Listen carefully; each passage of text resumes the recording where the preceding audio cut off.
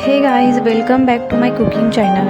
Hope तुम्ही सगळे ठीक असणार. सध्या पावसाळ्याचा सीझन चालू झाला आहे आणि आपल्याला गरम गरम पकोडे, ब्रेड पकोडा, समोसा, कचोरी, चायनीज, मोमोज हे सगळं खाण्याची खूप क्रेविंग होते. आणि आपण काय करतो, अशामध्ये बाहेर जातो आणि बाहेरचं काहीही खाऊन घेतो. आपण असंही बघत नाही की ते कसं बनवलेलं आहे, स्वच्छ आहे की नाही. बस आपल्याला फक्त गरमागरम खायला भेटलं की झालं. पण दुसऱ्या दिवशी काय होतं, आपल्या आरोग्यावर त्याचा परिणाम होतो. दुसऱ्या दिवशी आपलं पोट खराब होतं आणि आपल्याला डॉक्टरकडे जाण्याची वेळ येते.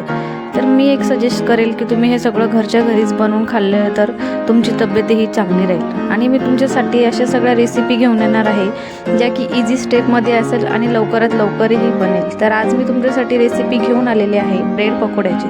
तर चला आपण रेसिपी सुरुवात करू.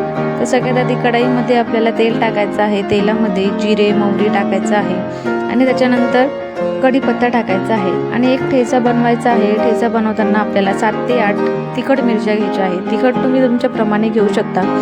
तर मी इथे 7 ते 8 तिखट मिरच्या घेतल्या आहे. त्याच्यामध्ये लसूण, अद्रक आणि धने टाकलेले आहे. जे आपले साबूत धने असतात ते टाका आणि छान असं कुटून घ्यायचं आहे आणि ते तेलामध्ये आपल्याला टाकायचं आहे आणि परतून घ्यायचं आहे. त्याच्यानंतर ना आपल्याला याच्यामध्ये हळद टाकायची आहे. हळद टाकल्यानंतर आपण मॅश केलेले बटाटे हे पण टाकायचे आहे. बटाटे मी साधारण 7 ते 8 म्हणून चांगले कुकरमध्ये 4 ते 5 शिट्ट्या काढून घेतलेल्या आहे. जास्तही आपल्याला ते गाळ नाही करायचे आणि जास्तही कच्चं पण नाही ठेवायचं. मीडियम असे बटाटे शिजवून घ्यायचे आहे. त्याच्यानंतर असं मिक्स करायचं. मिक्स झाल्यानंतर यामध्ये खूप सारी अशी कोथिंबीर चिरून टाकायची. कोथिंबीरच्या काड्यासुद्धा तुम्ही चिरून टाकू शकता, जेणेकरून खूप छान चव येते. आणि चवीप्रमाणे मीठसुद्धा टाका.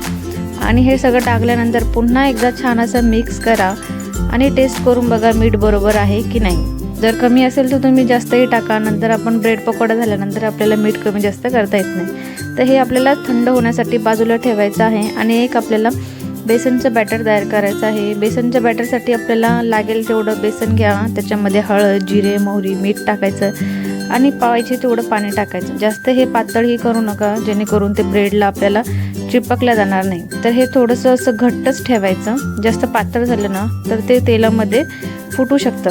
त्याच्यानंतर आपल्याला ब्रेड घ्यायचे आहे. ब्रेड तुम्ही कुठल्याही प्रकारचं घेऊ शकता. जर तुम्हाला ब्राऊन ब्रेड घ्यायचा असेल तर दोही घ्या. तर मी इथे ब्रेड घेतला आहे आणि त्याला त्रिकोणी शेपचा कट केला आहे आणि त्याच्यावरती आपल्याला बटाट्याचं सारण भरायचं आहे आणि त्याच्यावरती परत एकदा ब्रेड ठेवून असं कवर करून त्याला प्रेस करायचं आहे, जेणेकरून आपला जो बटाट्याचा सारण आहे तो बाहेर नाही यायला पाहिजे.